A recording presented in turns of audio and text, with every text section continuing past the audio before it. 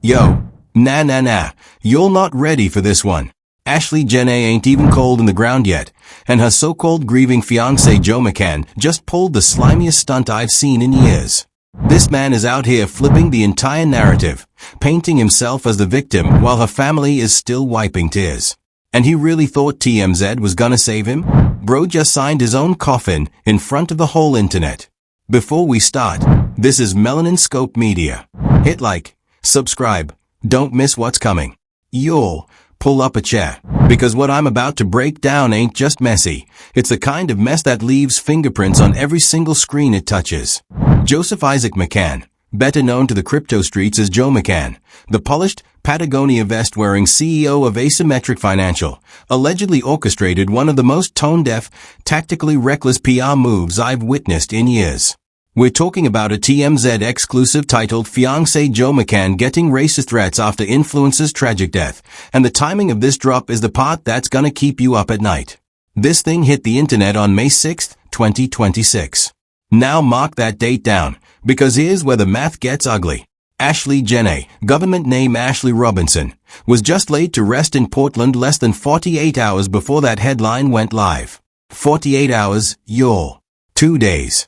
The flowers from her funeral hadn't even started wilting yet, and Bro's publicist was already submitting copy to TMZ's editors like he was racing the family to the headline. Let me say that again so it lands the way it's supposed to land. Joe McCann allegedly greenlit a sympathy bait tabloid story while Ashley's family was still wearing black. Bro really thought running PR on the day after a funeral was the move? That's not strategy. That's not grief. That's the kind of timing only a desperate man approves when his back is against 3 different walls at once. And see, when I first read the headline, I'll be honest with you all, I almost gave him benefit of the doubt. Almost. Because everybody handles loss differently. Some people go silent. Some people post tributes. Some people throw themselves into work. But Joe didn't do any of those things. Joe ran straight to a tabloid and pitched himself as the victim before the dote on her grave had even settled. That's not coping. That's calculating. And the difference between those two things is the entire reason we're here today.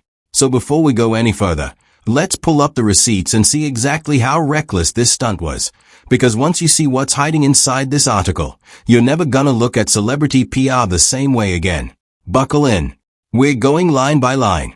Alright, let me walk y'all through this trash article line by line, because I swear on everything, every single sentence in this piece smells like a publicist typed it with a smile and a calendar reminder.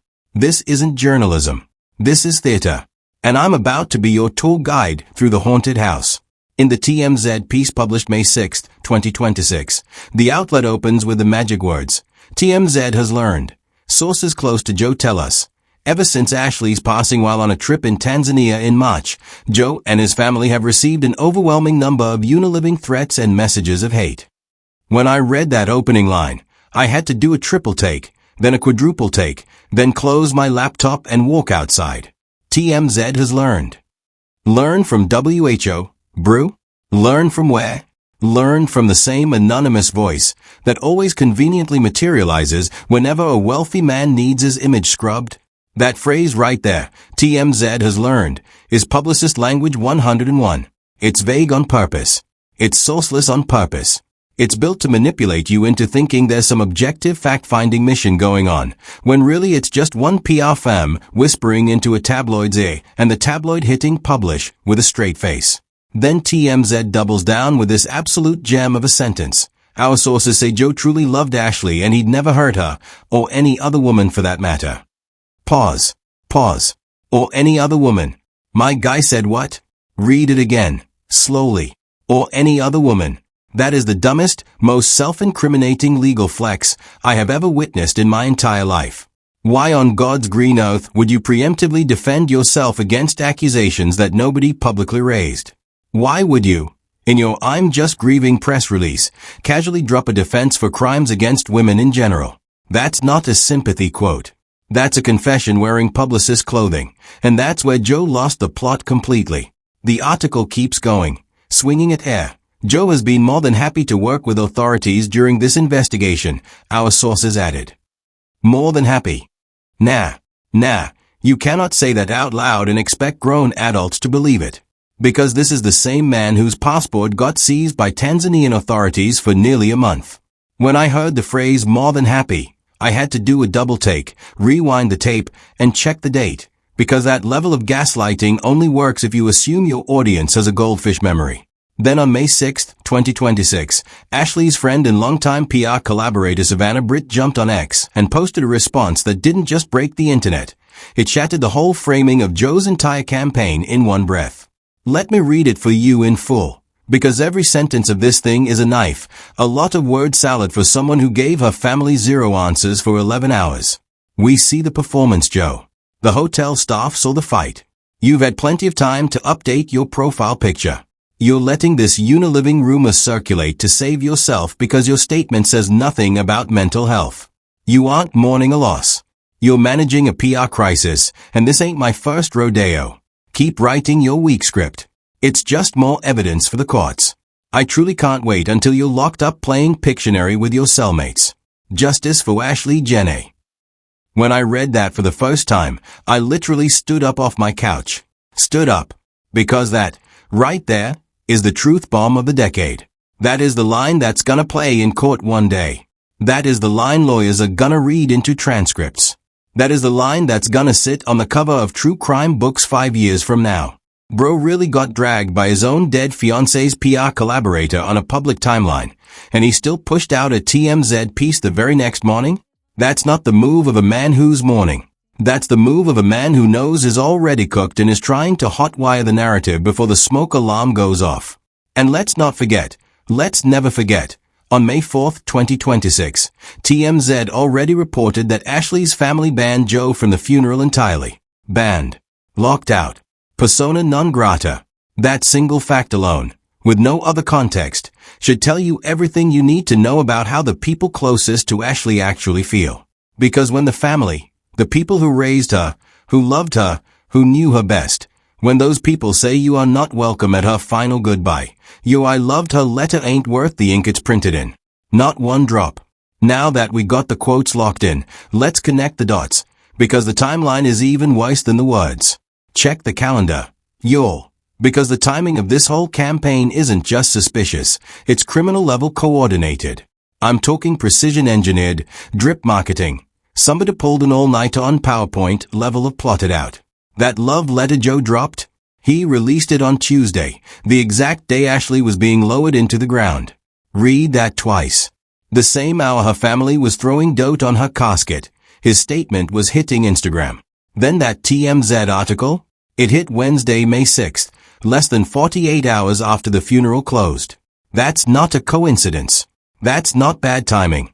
That's a coordinated rollout, and any PR person reading along right now knows exactly what a 48-hour drip campaign looks like. Joe is running one in HD, with surround sound, and he didn't even bother to disguise it. Now zoom out with me. Joe McCann isn't some random boyfriend who happened to date an influencer. He's the founder and CEO of Asymmetric Financial, a crypto hedge fund managing real institutional money. That's important context, because it changes the entire reason this PR push exists. That tweet from Savannah? It went up the same week Joe's investor base would normally be expecting Q2 fund updates. And let me tell you something about crypto money. Crypto guys do not park capital with men under murder investigations. They just don't. The risk profile is too radioactive. That's the silent context nobody's saying out loud, but it's the engine driving every single decision Joe is making right now. Remember those mysterious racist threats TMZ talked about? Now watch the timeline. They magically surfaced after Ashlee's family froze him out of the funeral, after his passport got pulled by Tanzanian authorities, after Savannah's tweet went viral and started trending. So the opposition really did this 3 days after his fiance's funeral? That's terrible timing. Brew, unless the goal was never grief in the first place. Unless the goal was capital preservation. And once you accept that frame, the entire article reads like a quarterly investor memo with sad music playing underneath. And here's another thing you didn't notice. TMZ was banned from the wake and the funeral. ABC was banned. The major networks, all locked out at the door by the family. So how does TMZ suddenly have these sources close to Joe 2 days after the burial? I'll tell you exactly how. Because the only person feeding TMZ right now is Joe's camp. The family ain't talking to them. Friends ain't talking to them. The well dried up until the publicist opened the faucet from his side of the equation. That's when you know Joe's advisors are mid. Any sharp PR mind worth their retainer would have waited weeks. Months, even. Let the news cycle cool. Let the search results age. Let the Google algorithm forget. But Joe couldn't wait. Because every day he stays silent, the crypto money gets colder. Every day he doesn't control the narrative, his AUM drops another notch. Bro picked panic over patience. And panic always, and I mean always, leaves fingerprints. But here's where it gets even more interesting. Let me put on the detective hat for a minute, because this article is hiding tells in plain sight, and once you see them, you can't unsee them. Now check this out.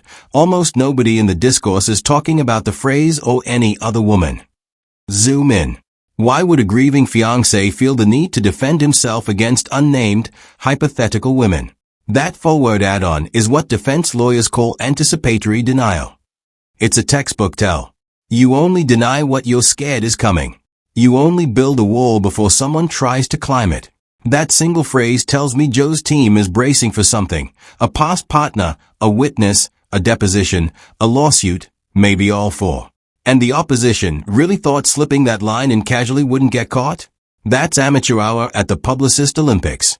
Now check the word more than happy. That's TMZ's framing of how Joe cooperated with police. But Tanzanian authorities held his passport for nearly 30 days. Let me ask you a real question. Do you seize the passport of someone who's more than happy? No, you don't. You seize the passport of someone who tried to leave. You seize it from someone who's a flight risk. You seize it from someone who is the opposite of more than happy. That phrasing isn't description. It's reprogramming. It's Publicist 101. Replace the public's instinct word, resistant, evasive, non-cooperative, with a softer, sweeter word, happy, and repeat it across enough outlets until the algorithm bakes it into the search results. Now zoom into Savannah Britt's line. The hotel staff saw the fight.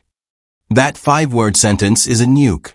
A nuclear grade. Investigation-altering, jury-influencing nuke. Why? Because it implies eyewitnesses. Not just one eyewitness, staff. Plural. And she didn't say heard. She said saw. Visual confirmation. Direct line of sight. The kind of testimony that doesn't get thrown out on hearsay objections. If that single sentence ever shows up in a deposition, Joe's TMZ press release becomes Exhibit A for premeditation, and his publicist becomes a co-defendant. And the most underanalyzed phrase of the entire saga? Keep writing your weak script. It's just more evidence for the courts. Read that twice, 3 times, 4 times. Savannah just told the entire world, in plain English, that anything Joe says now becomes prosecution material. That's not a clapback. That's not Twitter beef. That's a legal warning shot from somebody who has clearly already had a conversation with Ashlee's family attorney. If the opposition had even half a brain in his skull, he would have shut his mouth before responding. Instead, he doubled down with TMZ the very next morning. That's the problem with Joe. He doesn't read between the lines. He writes I in them. And he signs his name at the bottom. One last forensic flag I got to point out. The article uses the phrase our sources or we're told 7 separate times. 7. In one short article. Count 'em. 7. That's not journalism. That's a press release with a TMZ stamp slapped on top. Real reporting names sources or at least characterizes them, a family member, a spokesperson, a person familiar with the investigation. Vague repetition like that, over and over and over, is the literal fingerprint of a paid placement. It's the journalistic equivalent of I'm definitely not lying. You guys, for real, no really, trust me, I swear. Now let's see how the rest of the media handled this, because the framing gap tells its own story. Different outlets framed Joe's narrative very differently, and the gap between them tells you everything you need to know about who's protecting whom. Complexity blogs and the Jasmine brand framed the TMZ piece as allegations Joe is receiving racist threats, with heavy emphasis on the word allegedly. Notice the framing, allegedly. That word didn't appear once in TMZ's original version. Not a single time. The black press smelled the PR scheme from a mile away and refused to repeat it as fact. They added the linguistic guardrails that TMZ forgot to install. Meanwhile, People magazine framed the same story as Joe breaking his silence for weeks after Ashlee's death, a sympathetic, cinematic, almost romance novel framing that makes Joe sound like a tortured hero finally finding the courage to speak. That's the spin difference, y'all. One outlet treats it like reporting. The other treats it like a movie poster. Same words, completely different emotional packaging. Then you've got Fortune, which kept it strictly business. They framed Joe as a crypto fund manager held in Tanzania. That framing matters more than people realize, because Fortune readers are exactly the audience Joe needs to keep happy. Those are the LPs. Those are the family offices. Those are the institutional check writers. Compare that against the Griot's framing. They centered the family's wait for autopsy results, not Joe's emotions. Same exact story. Completely different protagonist. One outlet made Joe the main character. The other gave Ashlee her name back. Now some Joe defenders are out here saying, the man is grieving, leave him alone. But those are the same people who conveniently ignored that the family banned him from the funeral. If you still think Joe has a point after the family said his name is unwelcome at her goodbye, you're not being fair, you're being biased. Period. The receipts don't lie. The TMZ only sourcing doesn't lie. The 48-hour PR rollout doesn't lie. The phrase or any other woman doesn't lie. But here's what nobody is saying out loud, and this is the part the algorithm doesn't want me to say. Mainstream media wants you to believe this is a sad love story. A grieving man dealing with online hate. A crypto entrepreneur unfairly targeted because his fiancée was black. They want the headline to read tragedy and resilience. They want you to scroll past with a sad face emoji and move on with your day. Here's what they won't tell you, and what every outlet on the People Fortune TMZ axis is too scared to print. This isn't grief. This is damage control for investors. I'm picking the industry politics angle, and I'm going hard on it, because nobody else is. Joe McCann's entire empire, asymmetric financial, the hedge fund, the advisory deals, the Web3 startups is plugged into, the speaking gigs, all of it. It all runs on ONE single currency. And it ain't Bitcoin. It's trust. Hedge fund clients don't park millions of dollars with men whose fiancés die mysteriously in foreign hotel rooms. The second a motor under investigation tag attaches to your name in a Google search, your AUM evaporates faster than morning dew. That's not me speculating. That's not me being dramatic. That's Hedge Fund 101 according to industry reporting. So what does a desperate crypto CEO do when his passport is seized, his fiancée is buried, his fund is bleeding redemption requests, and his investor calls aren't being returned? He doesn't grieve. He doesn't go quiet. He doesn't lean into family. He rebrands.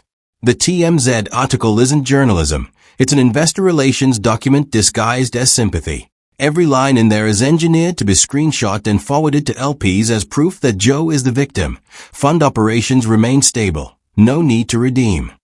The opposition is a puppet, and the only string pulling him is a margin call. Bro really chose his crypto bag over his fiancée's memory, and he did it 48 hours after her funeral.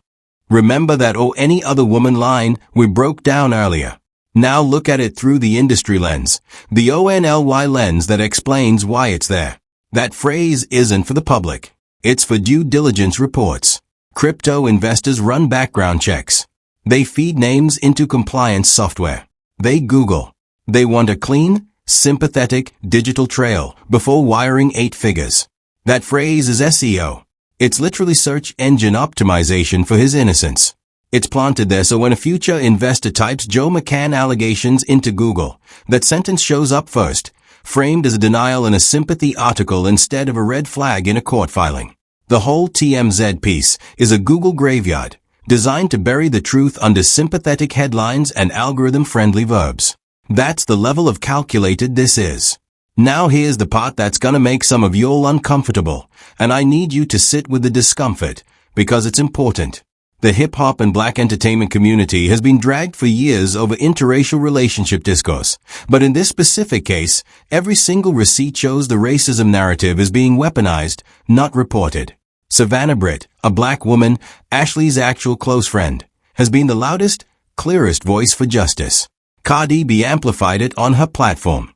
Black creators on TikTok and X kept this story alive when mainstream media tried to bury it as just another sad statistic. So when Joe's team plays the interracial relationship victim card, they are not just lying. They are trying to flip the very community that demanded accountability into the villain of her story.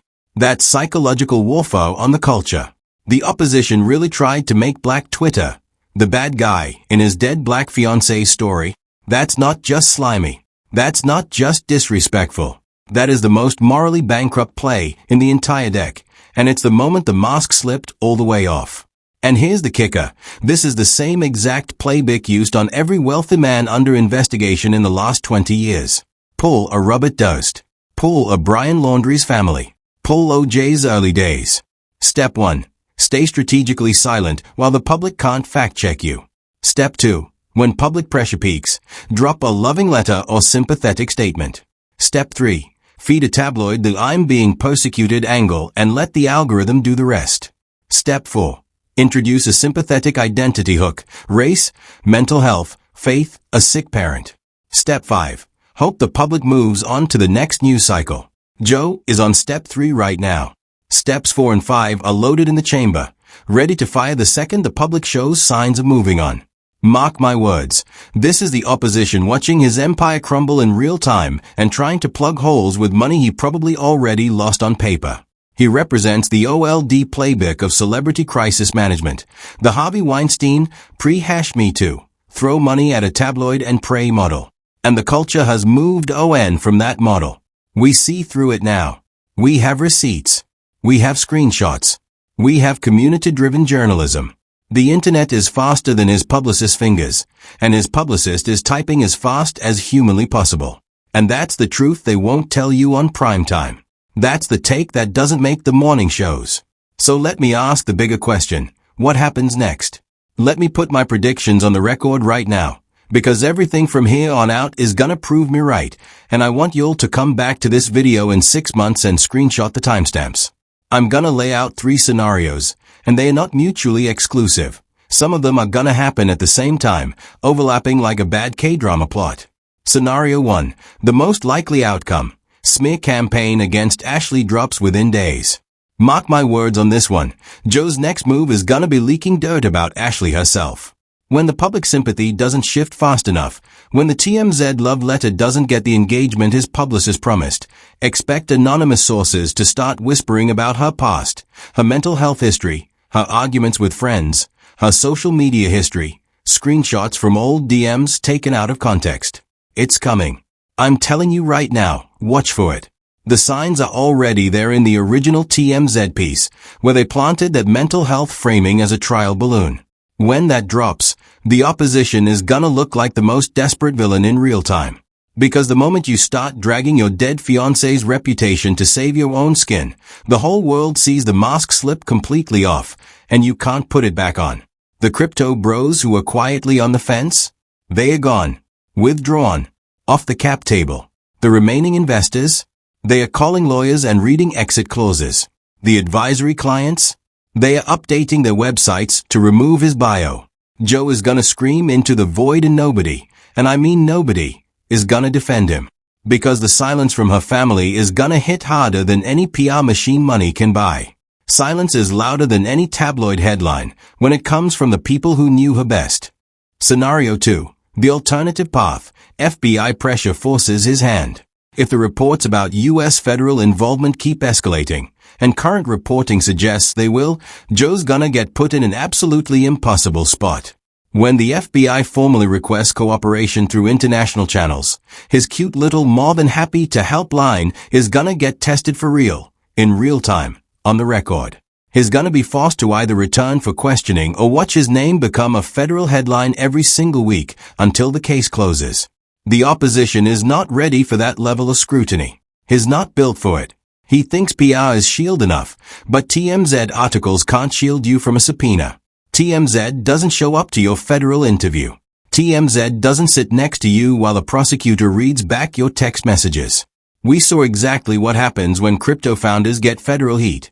Sam Bankman-Fried thought he could PR his way out too.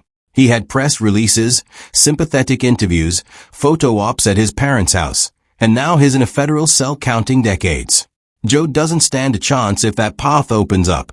Either way, his image is finished. He just gets to choose whether it ends loud or whether it ends quiet.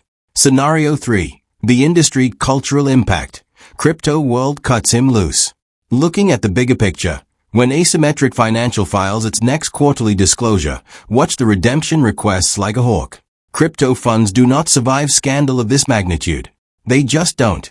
Investors will quietly pull capital, advisory clients will quietly drop him from their decks, conferences will quietly stop inviting him to speak, and within 6 months, mark this down, the founder and CEO title is gonna evaporate from his LinkedIn page. 5 years from now, business school case studies are gonna teach Joe McCann as the textbook example of what not to do during a personal crisis. The opposition is watching the culture and the capital move on without him in real time, and there's nothing his publicist can do about it.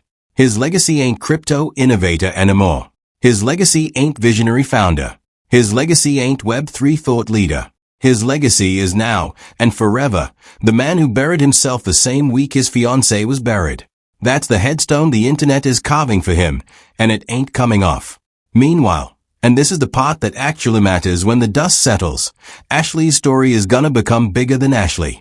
Black women influencers are gonna start traveling differently, and they should.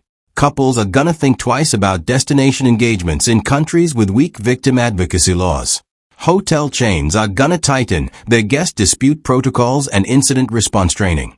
Her name is gonna be written into the culture forever. Not as a tragedy footnote, not as a hashtag that trended for a weekend, but as the moment the internet refused to let a wealthy man rewrite a black woman's death. Whatever happens from here, one thing is already crystal clear, and you can take this to the bank. Joe McCann already lost. He lost the day he picked PR over silence. He lost the day Savannah Britt hit send on that tweet. He lost the day TMZ ran his press release with a straight face like nobody would notice the 7 anonymous sources. He lost the day or any other woman left his publicist's keyboard. The court of public opinion already returned its verdict, and the receipts are already filed. Now we just wait for the real one, and when it comes down, you'll already know where you heard it first. Stay locked in, stay loud, and keep saying her name. Justice for Ashlee Jenae. If you made it this far, you already know this is Melanin Scope Media, where we don't follow narratives, we break them. Hit like, subscribe, and stay locked in. Because what's coming next? Trust me, they don't want you to hear it.